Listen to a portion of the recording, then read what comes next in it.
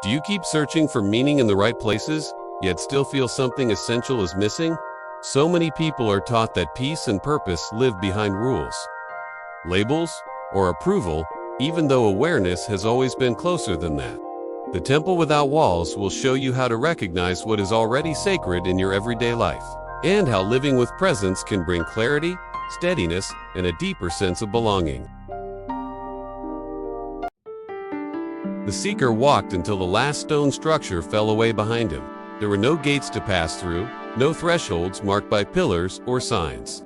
The land opened wide, unclaimed and unadorned, stretching beneath an open sky.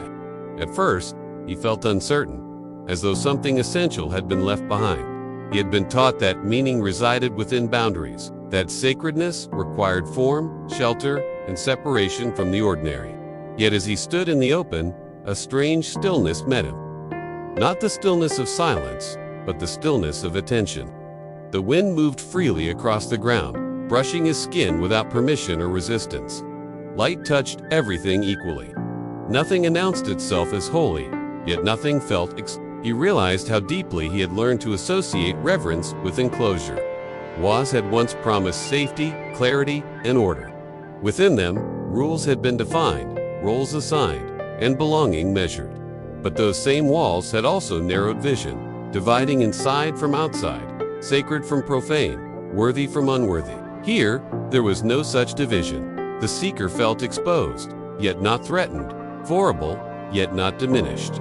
Without walls, there was nowhere to hide. Parts of himself he had learned to conceal. Doubt, fear, longing, and clarity all stood together, visible and unranked. As he breathed, awareness spread outward. He noticed how the ground supported him without condition, how the sky offered no demand in return for its shelter, how his own breath moved freely, not governed by doctrine or permission. The sacred, he realized, had never required containment. It had only required presence. Memories surfaced of moments when he had felt closest to meaning. They had not always occurred in designated places.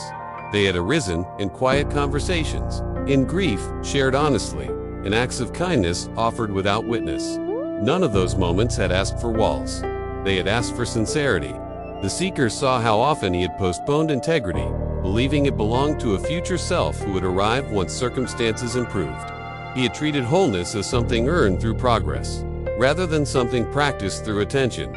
Yet here, without structure to lean on, responsibility returned gently but firmly to him. A temple without walls could not be entered or exited. It could only be inhabited. There was no authority to appease, no ritual to perform correctly.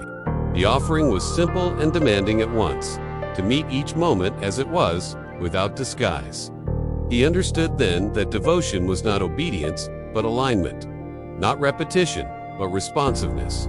To live within this open temple meant allowing awareness to shape action, rather than letting habit dictate response.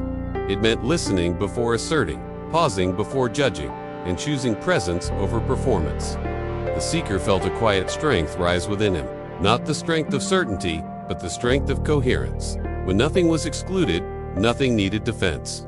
When no boundary defined worth, comparison lost its grip. He did not feel elevated above others, nor diminished among them. He felt placed, exactly where he stood. The openness did not remove difficulty. Pain still existed. Confusion still arose. But without walls, struggle no longer felt like exile. It became part of the same field as insight and care. Nothing had to be cast out to preserve meaning. As he continued walking, the seeker realized that wherever awareness traveled, the temple traveled with him. In conflict, it would ask for honesty. In connection, it would invite humility. In solitude, it would offer companionship through attention itself. The world did not transform around him. Instead, his relationship to it shifted. Every place became potential ground for reverence. Every interaction an opportunity for alignment. The sacred was no longer a destination reached through effort, but a condition sustained through awareness. And so the seeker moved forward, not seeking a place to belong, but carrying belonging through the way he stood, listened, and chose. The temple had never required walls, because it had always lived where awareness meets the present moment.